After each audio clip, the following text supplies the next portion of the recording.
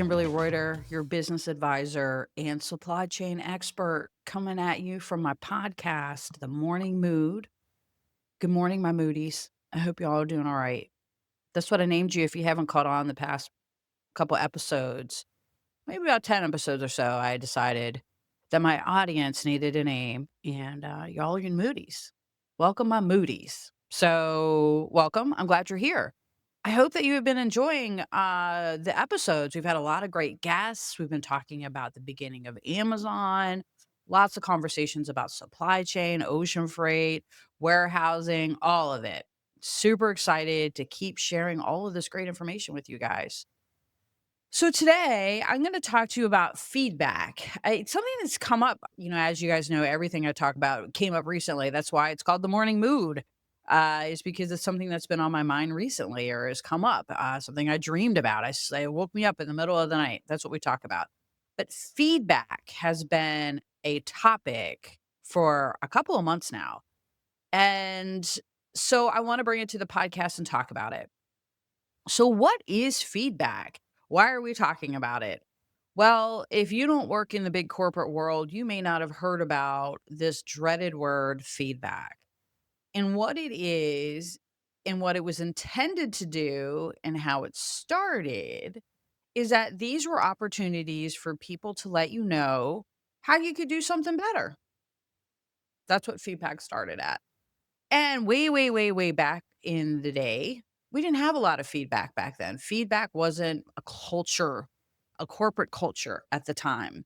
Feedback was something that, maybe your boss told you needed to show up to work on time. Or if you got caught screaming at somebody in the warehouse, you got a talking to. But back then, 40, 50 years ago, people didn't get a lot of feedback. You were told what your job was, you did your job, and that was about it. Along comes things called performance reviews. And as we move out of the industrial age where, the work is, very quantitative, we start moving into more administrative and desk jobs there starts to be performance reviews. So it's not as easy to measure if somebody's doing their job, right? Because you're supposed to do 10 widgets a day. Did you do 10 widgets a day? That's super easy. But when you start to get into more cerebral and creative spaces, especially in the corporate environment, there becomes a review process. And that is where we start to see feedback. And the original intent of feedback, the whole purpose of feedback, the concept of feedback we used to call it criticism, corporate criticism. It used to have all kinds of names. We try to do gentle things now. We don't call them criticisms or issues. They're challenges and opportunities. See, we've softened all that language. And I'm going to tell you why we had to soften all that language. So here's what happened feedback started as this thing that was someone who knows more than you, who has more experience than you, doesn't necessarily have to be older than you, just more experience than you, would give you some advice and critique on what you were doing. And the idea of that was for you to become better and to learn. But as this became a corporate culture buzzword and just a corporate culture, there are actually corporations out there who will tell you that we have a culture of feedback. They're the worst run, least effective, and most likely to fail. We're gonna get to why, because I'm just telling you why people do feedback and it sounds pretty good, right? Why would that make a company fail? We're gonna get there. Okay. So because this is how feedback started. And as all good things started one way in this pure intent, over the decades, it got bastardized and it became something it isn't.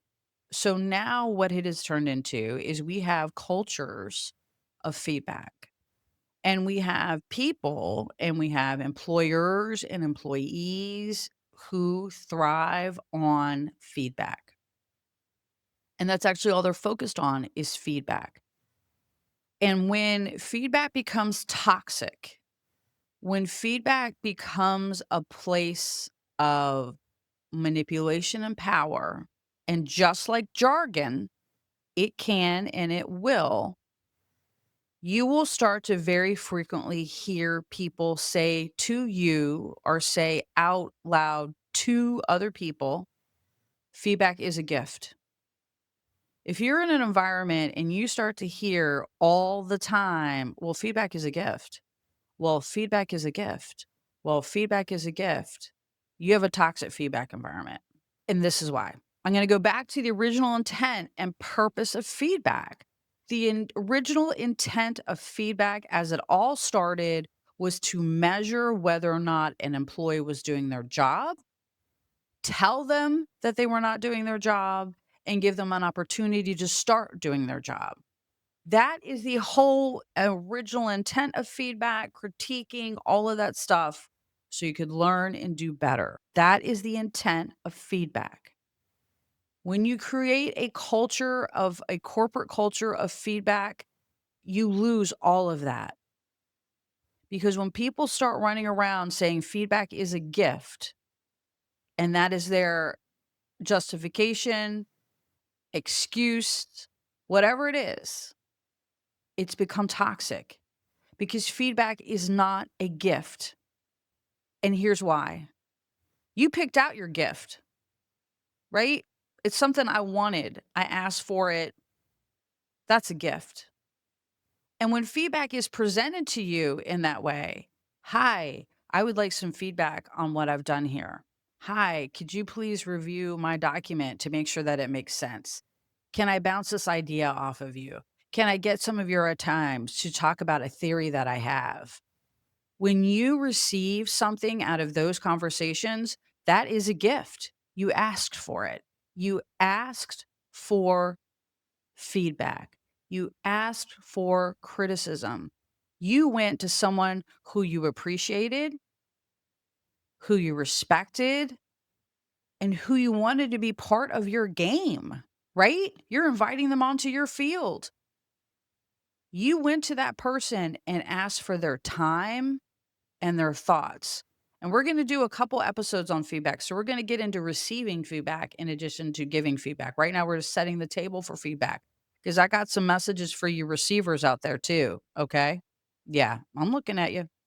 But when you do that, when you go to someone and you say, hey, I want your thoughts, I want your energy, I want your time on this thing I'm working on, that is you requesting feedback, their participation.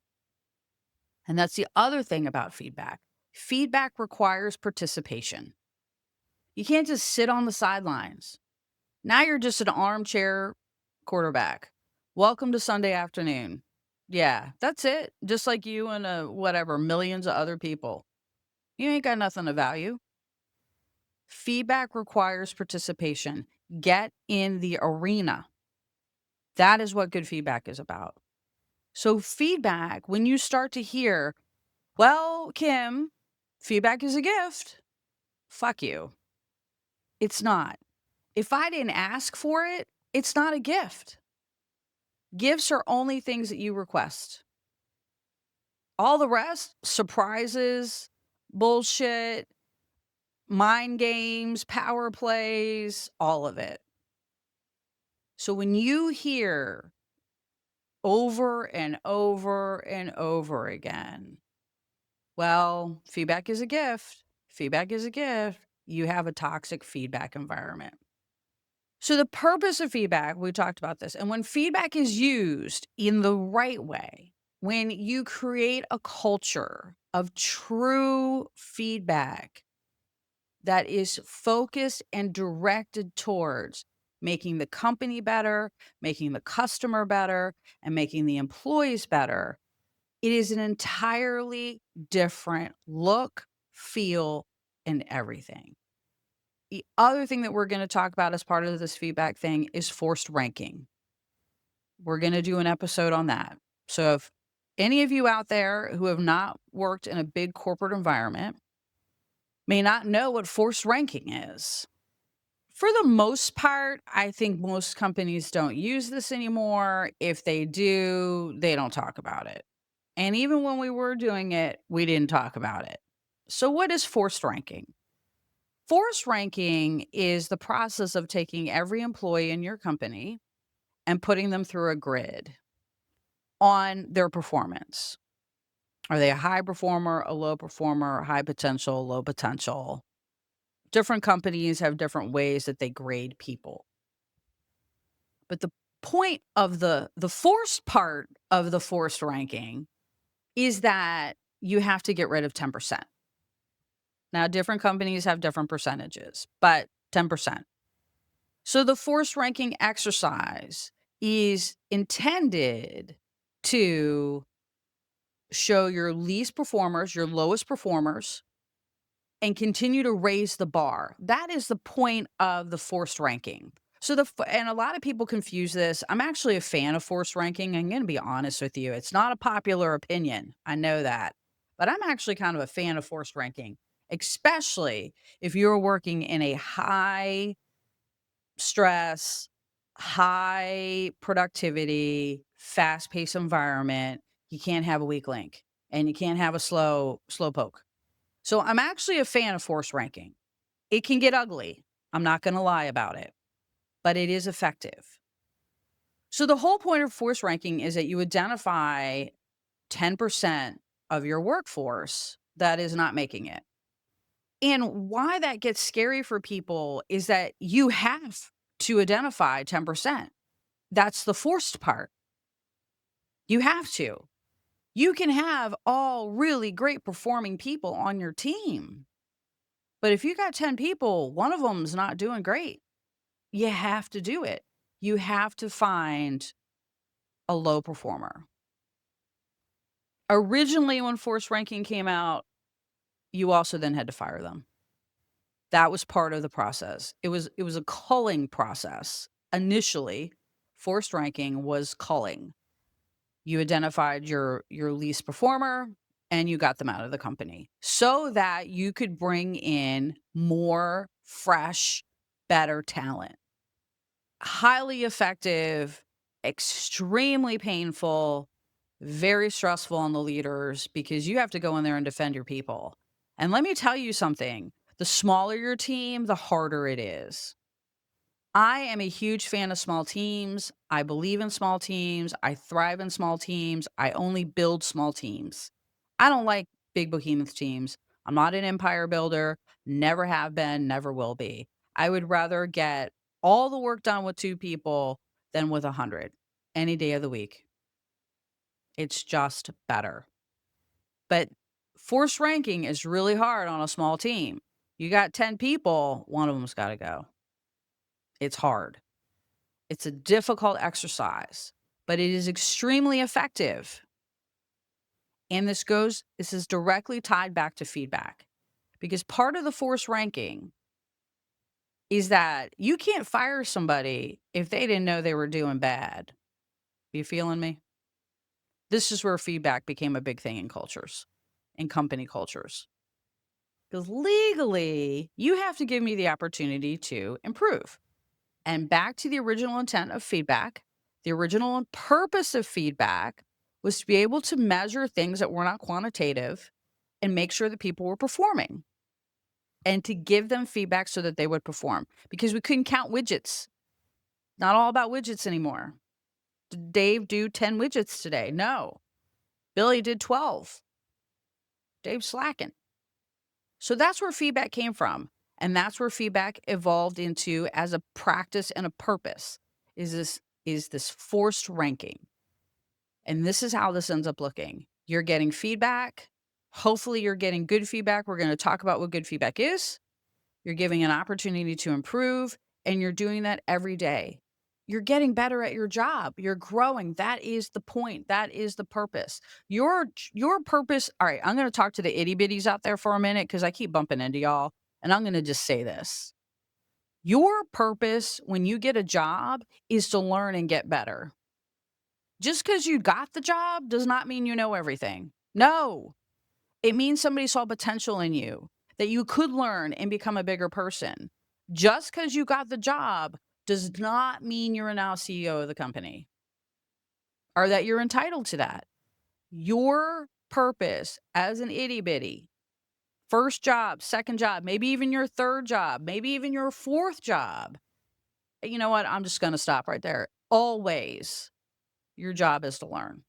but especially as an itty bitty, you're going to get a lot of feedback and you need to learn from it. But as an itty bitty, you come in and you learn and you grow. That is the point of feedback. And you want to listen to feedback. You want to ask for feedback as an itty bitty. Ask for feedback. Okay, that's enough of my itty bitty rant. But I want you all to know out there, just because you got the job doesn't mean you nailed it. You got to keep going, keep learning, keep learning. So back to the force ranking, which is what we were talking about. It is effective. It is painful. But if you are going through everything the right way, if you're giving feedback to your team on a regular basis, if you are talking to them, if you as an employee are receiving feedback on a regular basis and constantly improving, that is the point of the feedback and the force ranking. Because if you're doing that, you will stay in your top 90% where you need to stay in order not to get on the chopping block. That is why force ranking works, because it stops people from stagnating. It prevents people from becoming stale. Now, the one thing I do want to talk about on the force ranking thing, and this gets confusing, and I want to address it now versus later, we're coming up on the end of our time here, is that just because someone isn't working to get promoted does not mean that they're not doing their job. Do you understand that? Do you get that? Because this is where I have seen force ranking go very badly. There are people out there who are very happy to continue to work at the level they're working at. They're learning, they're becoming better, but they don't necessarily want to be a leader or a manager. They're not people. They want to do their job and go home. They're not interested in managing, they're not interested in developing people, but they're very, very, very good at their job. And they're very, very happy at the level that they're working at. And they're producing excellent, consistent work. Those people sometimes get caught up in this OLR bullshit, in this forced ranking. And you need to look out for that, because forced ranking isn't about getting promoted. It's about performing your job with excellence at whatever level that is. So don't confuse force ranking with promotion. And that is the biggest mistake I've seen people make in the OLRs. I keep calling them OLRs because it's what we call them at Amazon. Force ranking episodes, cage fighting. There was a lot of cage fighting. It was really just cage fighting back then. But so be careful if you're in a force ranking environment to not confuse the person who is constantly clamoring for promotion over the person who is steady Eddie doing their job with excellence every day. That is the one mistake I see with that. So that's my foray into feedback and why and how feedback became a thing in the corporate environment. It came out of a moving away from an industrialized workforce and manufacturing where things were easily measured, right? Where we could say you got to do 10 a day and you didn't do 10, to a more creative environment, office environment, administrative environment, where we needed to measure whether or not people were performing. And it wasn't as easy to say that you didn't put the lid on the jar right, because this is a little bit different. That's where feedback came from. An opportunity for people with more experience, more knowledge, just everything to help someone else do better. That is the intent of feedback, to help someone else do better. Next couple episodes, we're going to get into how people abuse the shit out of that on both ends. Because feedback may be a gift, but you can return that shit. All right, y'all, we'll be back and we're going to get more into feedback, how to give it, and how to receive it. All right, chat soon.